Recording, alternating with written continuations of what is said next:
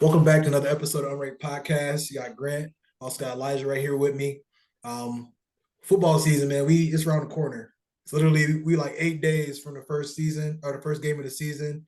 It's preseason, but I know you be tuned in, Eli. I'm be tuned in on my end as well.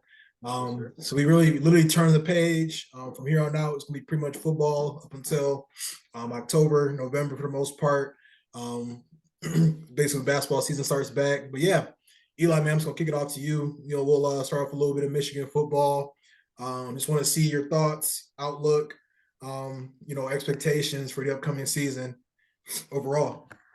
Yeah, no, I mean, I'm once again just excited for the season to begin for Michigan football here. Would this be if we can go out and do it again to be our third Big Ten championship in a row? Obviously got monkey off our back a couple of years ago, came back out swinging last year as well. I like the development of the team. I like where we're at. JJ coming into his own again. Kind of been through the fire a little bit. His rookie year had some moments, kind of stumbled. Last year came out, won starting job, mid-September and took off running from there. I'm excited to see another year of his development, full off season where he's healthy. Blake Corum, your man, the Don. I think we have some weapons. Loveland, uh, Worthy. You can start Cornelius Johnson. We got pieces around returning starters, people who want to come out and prove. That's all they're talking about this offseason is just come out um, and fight for that championship. And I think I both love all that talk and not because I do think you can't look at you have to know the end goal, but you have to also segment the season in a week to week basis. Mm-hmm. And it's something I don't want them to lose sight of. Just thinking we only have to go out and beat Ohio. I think you have to come out each and every week and look to dominate. And I think you know I know I think we're in a very unique spot because I believe I forget the exact amount. We have a ton of returning talent.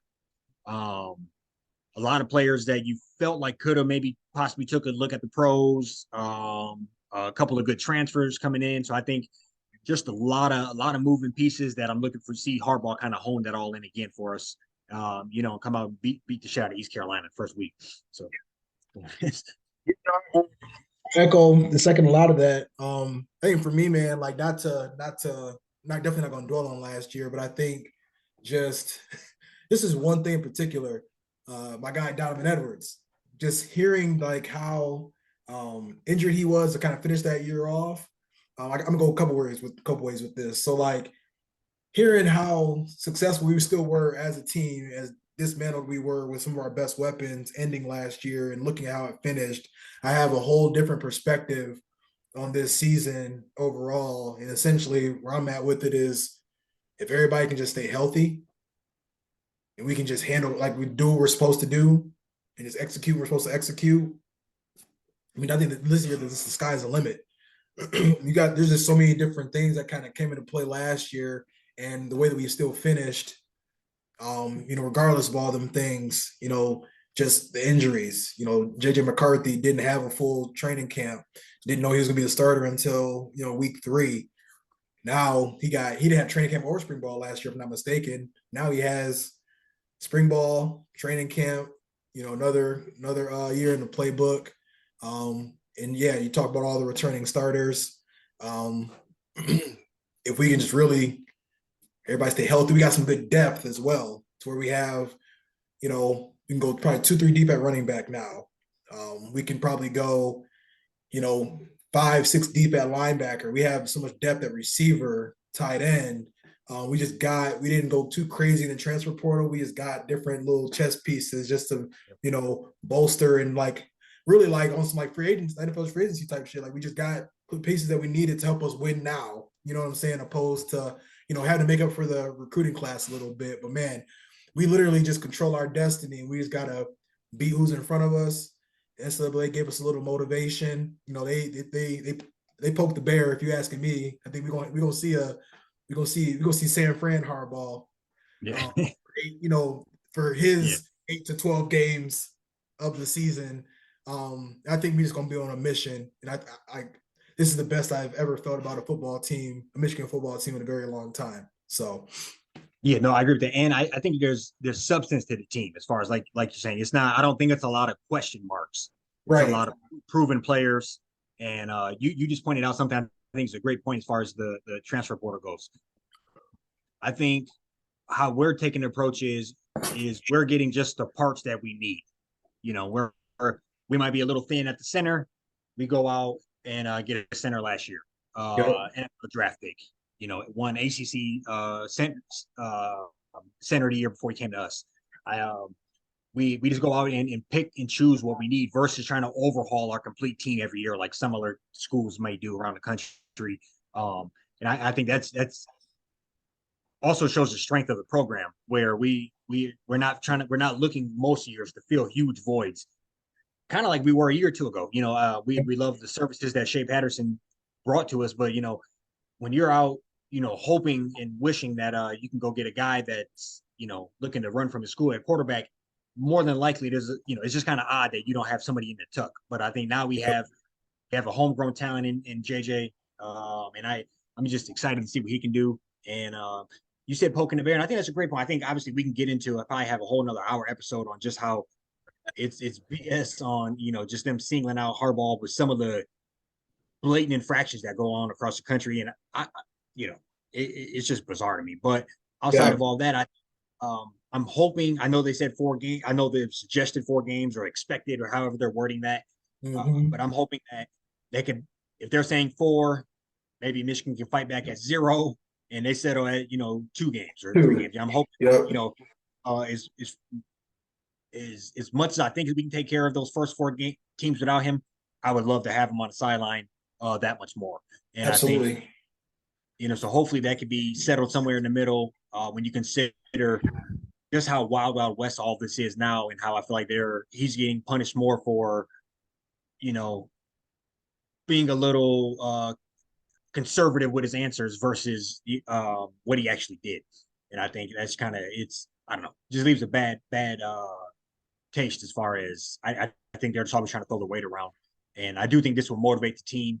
And you know, yeah, but I'm hoping he can be on the sideline more.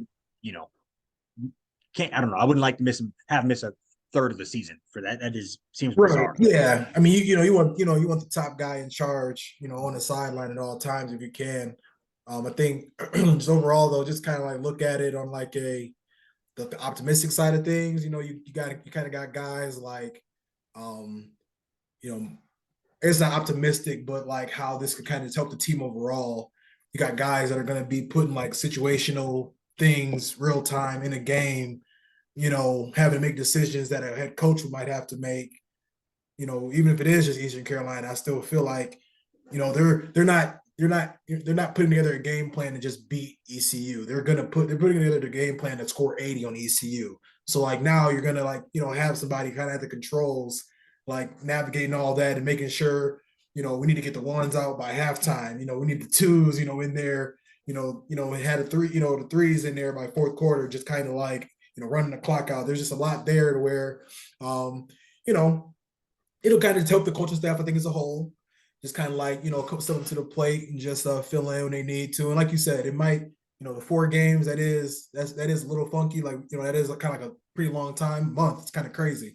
But hopefully it can get down to like 2 games, 3 games where he can just, he kind of just misses out on the non-conference and then kind of comes in when Big Ten play, we get it rolling into Big Ten play overall. So yeah, I mean, I think like you said, we won't dive into the sanctions and the reasoning and all that type of stuff because it does feel pretty feels a little petty. Mm-hmm. And I know they're gonna do nothing, but I know they're in that locker room. They this bulletin board material fresh from the NCAA. So I saw somebody said on Twitter they like Harbaugh would love nothing more than to just run through the entire big, go to a playoff, potentially win national championship, and have one of the guys in NCAA have to hand him the trophy at the end of the day. We all know how petty he can be too. So Yeah, I'm I just love looking it. forward to just seeing like what kind of fire this lights under the team. As when we get the ball rolling here in a less than a month or a little over a month. Right. Yeah, no, I agree with you on that. And I guess I don't want to put you on the spot, but who would run the show? You think? Who would? Um, Yeah, I think it, Mike Hart, that could definitely be somebody. Cause like I feel like if Harbaugh wasn't there, it'd be Sharon Moore, but there he's at least gonna miss a game. Game. And Yep. Grant Newsom probably gonna miss a game. I think Sharon Moore. So I think the one game that Sharon Moore misses, I think it might be like Mike Hart or Mentor, that might be at the controls. And then I think after that second game, I think it'll just be Sharon Moore just going, until Harbaugh get back because he's literally like he's just a head coach, just like waiting for the right opportunity, pretty much. So Yeah. No, I agree with you on that. I didn't know he was. I didn't know about his one game until maybe like a few hours after Harbaugh. So initially, I was like, all right, Moore's gonna run the show. But yeah, I agree with you. Mike Hart to fire some people up. He can play 80. oh yeah, yeah. um, He really have him. I really do feel bad for East Carolina, UNLV, or Bowling Green because somebody's getting 80 home on them, like bad. I promise. Probably gonna be East Carolina, just kind of like really, yeah, that's out the they're gate. gonna Yeah, yeah, they're gonna be holding them back. Yeah, I mean that's gonna be the first, team opponent they see. That's not who they've been hitting against in camp the last month. So they probably gonna get it the worst. yeah. No, I agree with you on that. No, I'm ready for it though. Yeah, Yeah, 100%, 100%. So yeah, go ahead and just kind of jump into the Lions side of things. A little bit more to unpack on this side. Wanted to talk about the draft for a good little bit, and then just kind of touch on, a little bit of the off season, really more centered around training camp, and what we're starting to kind of see and hear about now. So yeah, let's kind of kick it over to you. I know we had some conversations around the draft, but never really dug into it on here. So I just want to kind of hear, let's just thoughts overall, and then we'll dive in from there. yeah. No, so I think like always with the draft, time really tells. I do think Mm-hmm. still a little bit of a couple of people that I think maybe were stretches. Yep. But you know, I think that could quickly turn. I'm hearing that Laporta seems to be the real deal. They're saying he's already tight end number one. You're hearing uh, Gibbs is making moves. I've seen a little, him doing the tire drill or net drill, whatever you want to call it. And he obviously looks speedy. I heard he's picking up running back stuff fast. So I think it's one of those where time would tell with a lot, and hopefully, you know, they're coming to contribute this year because this team seems to be on the brink of some things, and Yep. throw a couple of elusive players or some people that you just have to respect if they're out there. I think that'd be that much more of a difference maker. And overall, I guess kind of similar thoughts as to the Lions. This or to Michigan. This is one of the better feeling. How I feel best about this team compared to a lot of other Lions teams going in.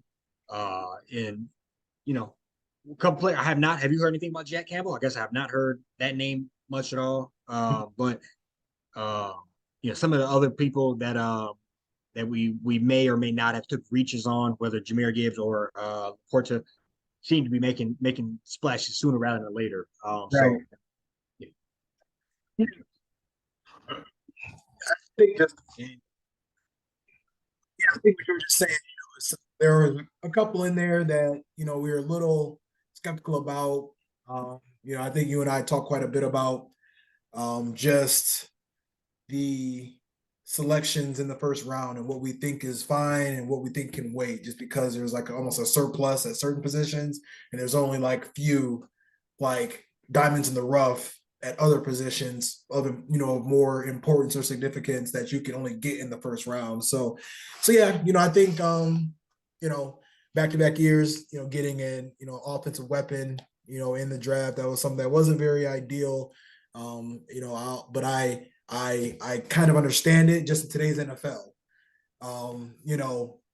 Literally keeping up with the Joneses. We're watching. We have like this tier of QBs that can just really do anything with whoever's out there with them, and then we have this next tier that you really gotta load up on the weapons. You really gotta pick your poison. You're gonna load up on the weapons and try to outscore, or try to load up on defense to where some of these guys are still going to score on you regardless. And I think the new day and age in the NFL is like we got to, it's really going to turn into like basketball on turf essentially. Yeah. So like you said, time will tell though. I think for me, I think over time I was able to be more okay with the Jahmyr Gibbs pick. Um, I think the Laporta pick, that was, I think a lot of people, the sexier pick was like Darnell Washington from Georgia.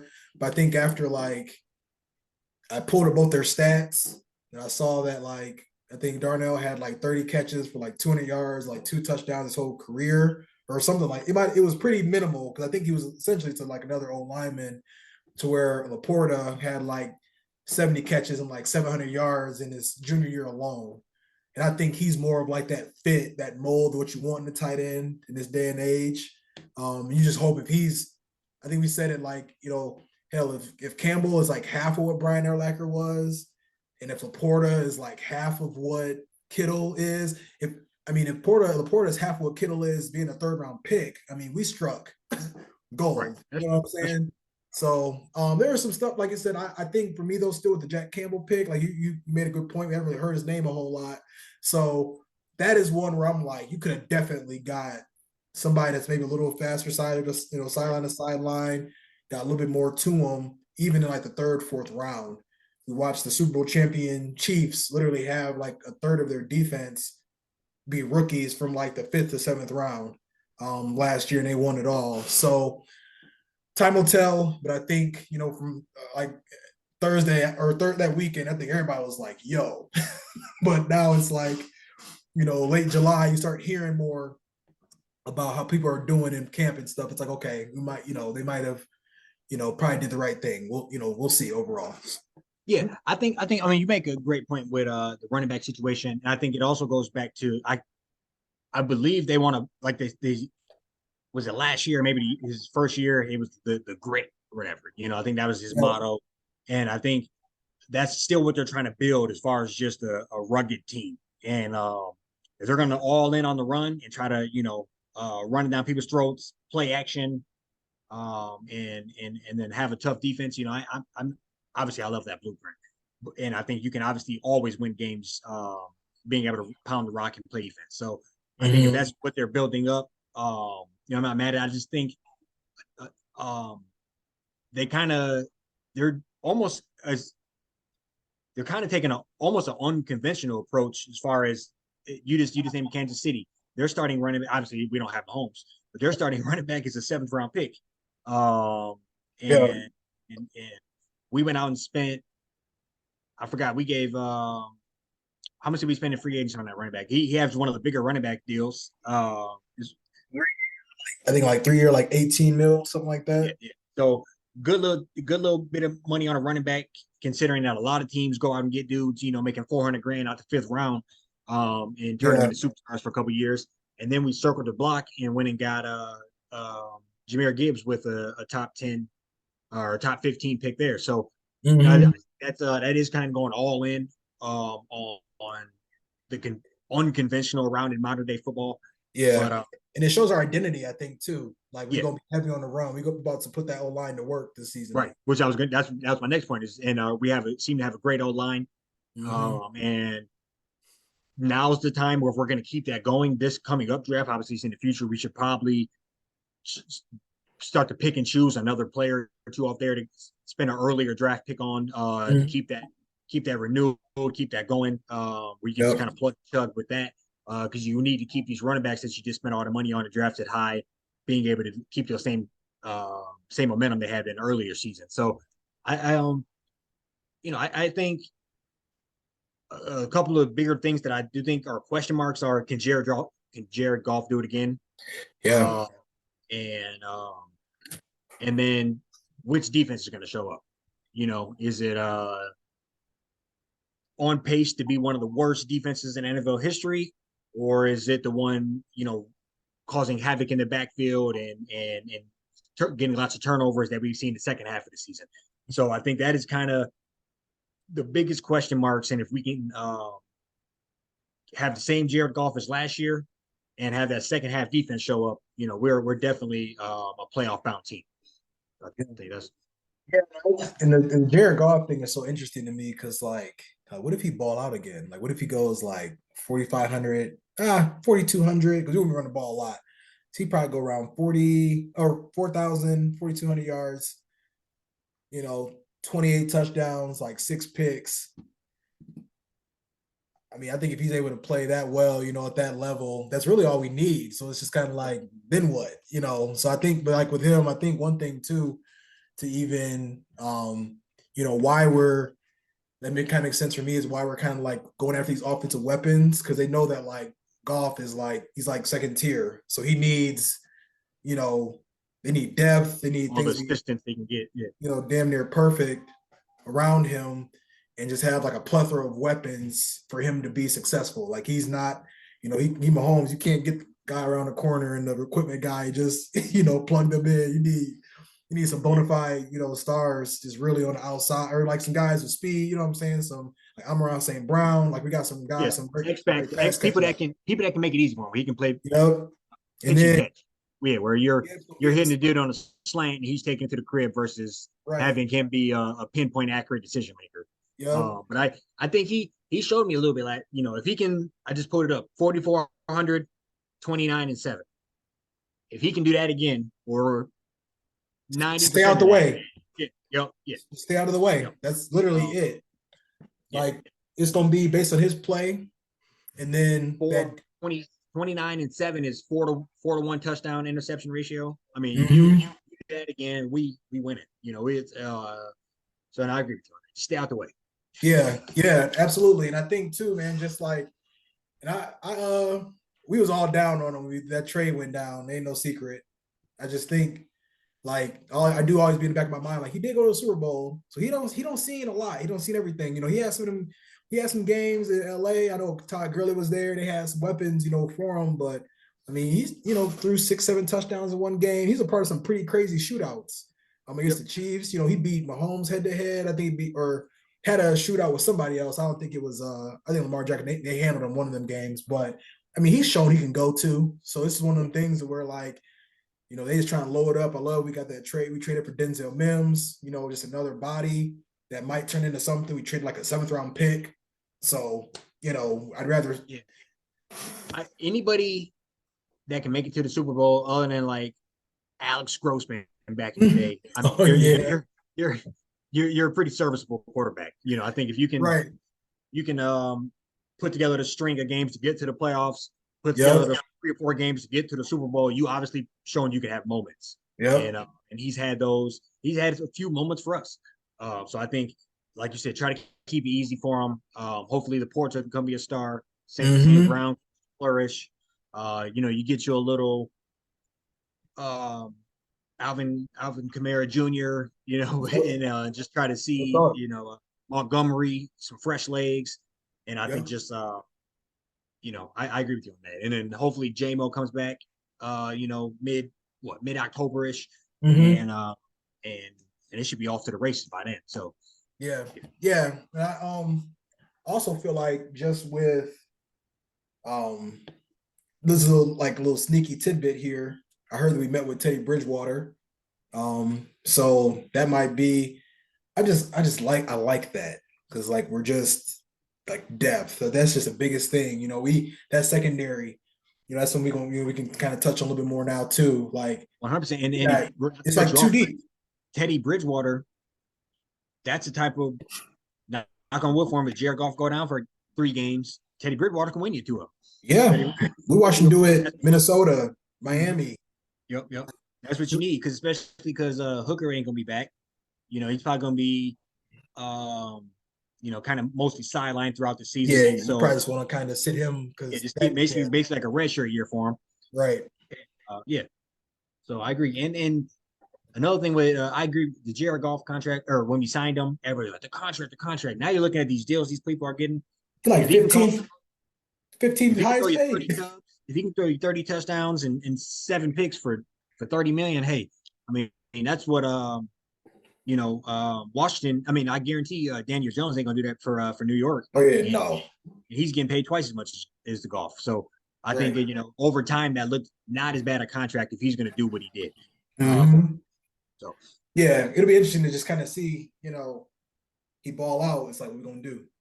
Because Yeah. I don't know what year he's in. I don't know if it's like the last I year. just looked. He got this year and then the Mhm. next Oh, okay. So yeah. year.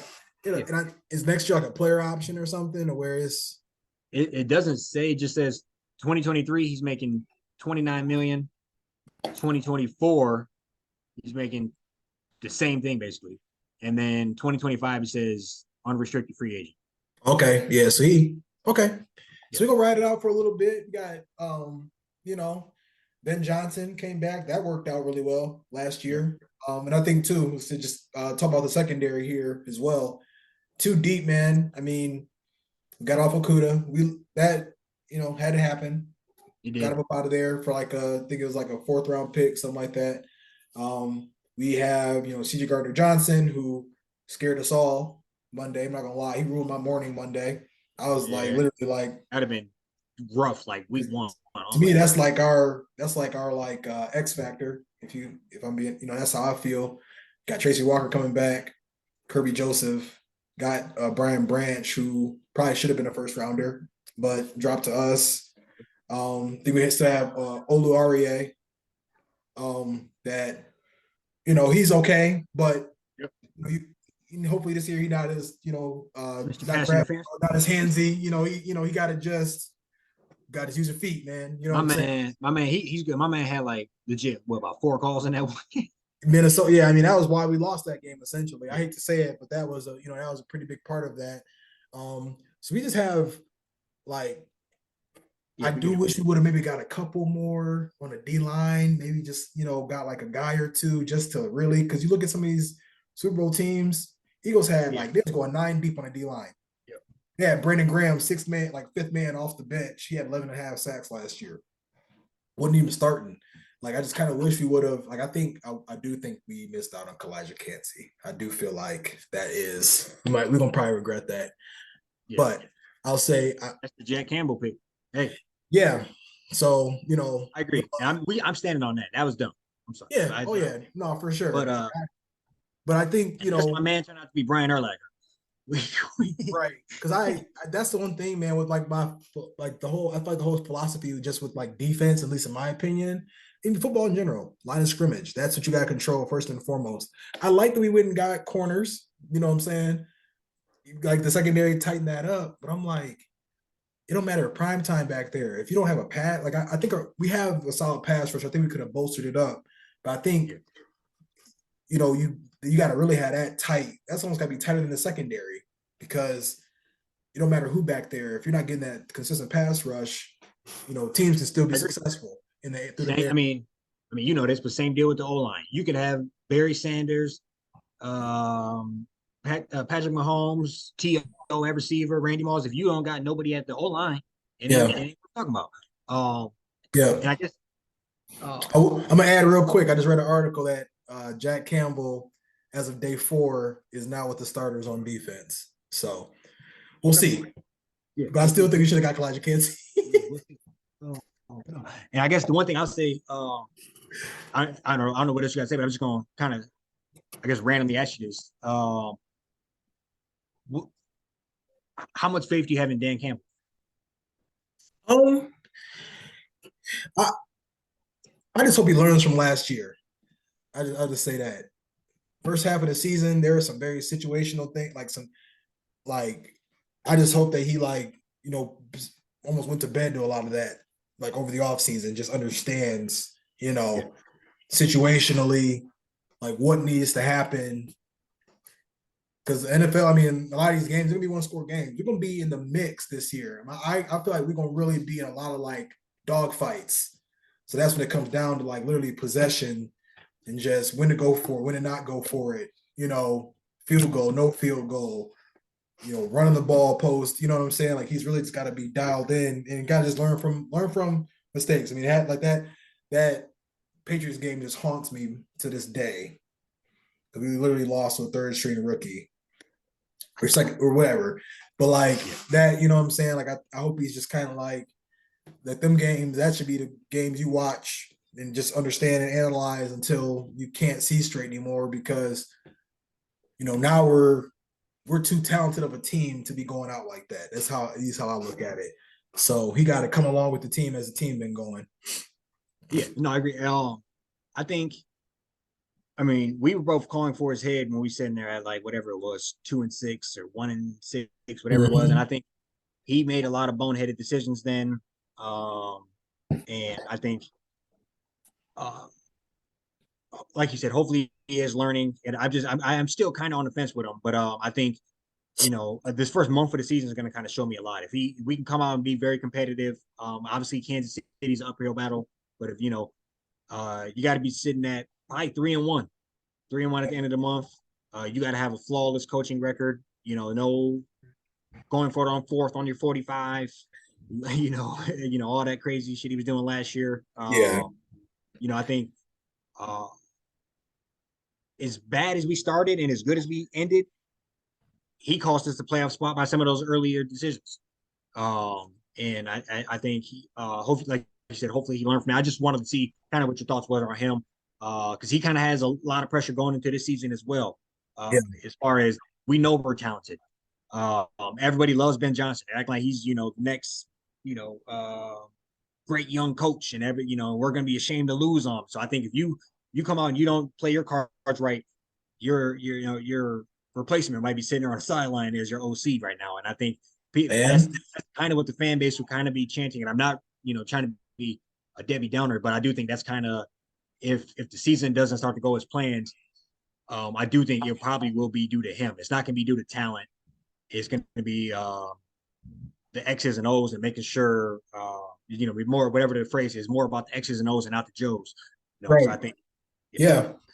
Yeah, and I'm looking. I mean, this first we won't dive too much to the schedule today, but just kind of at a glance, first 5 games of the season, first quarter of the season, essentially got Chiefs. You're at the Chiefs, Seahawks, Falcons. Then you have the Packers and the Panthers. So I'm looking at this schedule. I'm like, okay, I think worst case scenario, we should probably come out of the first third of the season at, I say worst case scenario 3-2 with losses to the Chiefs and maybe the Seahawks. But it really should be. I mean, I think that's got to be 4-1. You got see what Gino talking about. Hopefully, we can not let them score 48 again. Gonna have a second year QB. Falcons nowhere near ready to compete, at least in my eyes, from what I've seen. Packers, they just lost one of the greatest QBs in NFL history. Panthers, they walking out, rookie QB as well. So yeah, I Yeah, mean, it's I agree with the you on that. cards are laid out. It's really just a matter of executing. And yeah, like I said, I won't dive into schedule a whole lot now, but even the next 5 to 6 games, it's like even in that slot, like 3-2 at minimum once again. So it's out there for the taking. It's just a matter of executing the way you're supposed to. 100%. I know. I'm excited for the season. Like you said, I'm ready to watch some football. I'm watching the Netflix show Quarterbacks. I'm sitting here watching Yeah, what happened to the Wildcat on YouTube last night. I'm itching for I'm itching for the football. So, yeah, I'm with um, you. preseason around the corner. We're gonna start to see more practice tape on players. Mhm. And I'm kind of just excited to see all that come together. And season around the corner here, like 35 days or so. So Right. Yeah. Yeah, it's gonna be here before you know it. So got preseason starting next Thursday. From here on out, we'll just start to continue to dive in to both teams, a deeper scale, and then yeah, really just start to prepare for week one. So 100%. be with Yes, sir. y'all next week. Thanks for tuning in. Peace out. Peace.